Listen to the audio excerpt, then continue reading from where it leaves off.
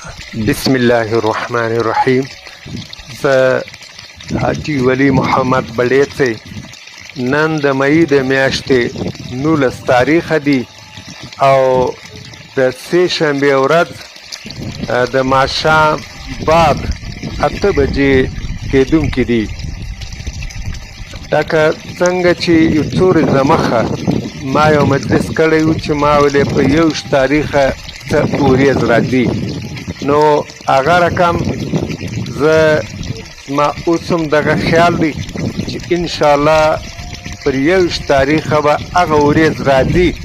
مګر په دې کې بله خبره ده چې یو خو دغه ورځ د وختي څخه د غټه ورځ نه وه، کمزوره ورځ وه، او بل بیا دا ورځ تقسیم سوله پر دوه ځایه. څه ورځ دین راکاټ شوې هغه را دمخه سولې، هغه د 21 تاریخه بجای سبا د چهارشنبې په ورځ 20 تاریخه دي. څه ورځې را دمخه سولې دا دی معلومیږي دا سبا را رسیږي.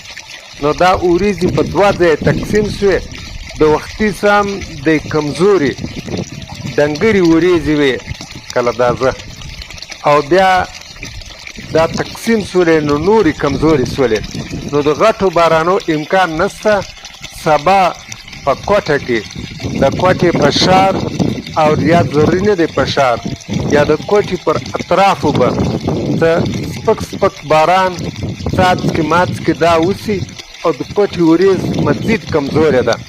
بیا د کوټې سره مخ د لمر خاته په خوا هغه تر ژوب مغل کوټ د خیبر پښتونخوا بارډر ته ډیره اسماعیل خانه او د پنجاب بارډر ته ډیره غازي خانه، په دغه ټولو علاقو کې دغه ورځې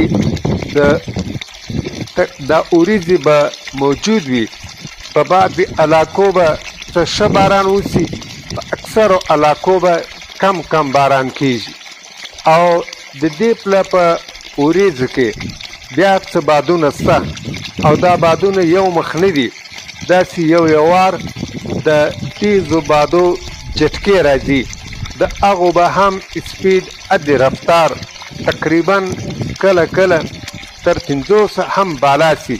نو دا چې کله تیزی هوا وي دوړې راسي، نو بیا دغه د شمسي پلیټو ته څه تاوان رسي، نو دا نټ بولټې څه ور مضبوطه کوي. او د دې پله په ورځو کې هم د ژلۍ لږ امکان موجود دی، لیکن د پخوا په رقم ماته زیات نه معلومیږي چې یو مخ په ټولو علاقو کې ژلۍ. دا کیدای شي په ډېر محدود او کم علاقه کې ځای مې شاید ژلۍ وسي. دغه مجلس چې اوس ما وکړي دا د سبا د بد د ورځې اول و، او پات سو بل سبا هم ورځې راځي. لکه ما چې ولې دا ورځ تقسیم شوې، د بل سبا د پنجشنبې د ورځ د ورځو اول به هغه به بیا سبا ماښام کوو. دغه اوس چې دا د کوټ سره ما وویله مخ د لمر خاته پر خوا دغه په دغه ټولو علاقو څه بارانونه کېږي و چې د دغه ښارو نومونه زه اخم چې په دغه علاقه ورځې ګڼې دي، په دا ځای امکان زیات دی او په دا ځای کم دی.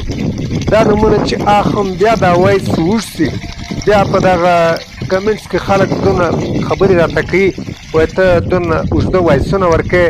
نو لحاظه به د ښارو نومونه نه اخم. بس د مغرب په خوا ورځې نشته، د مشرق په خوا ورځې شته، جنوب خوا هم کمزورې ده، او شمال خوا هم د ډېر خوند یې نشته. د افغانستان هم په ډېرو علاقو کې سبا او بل سبا بارانونه کېږي. اوس که د افغانستان مجلس په ګډ کې بیا به ډېره اوږده شي. فی الحال الله حافظ.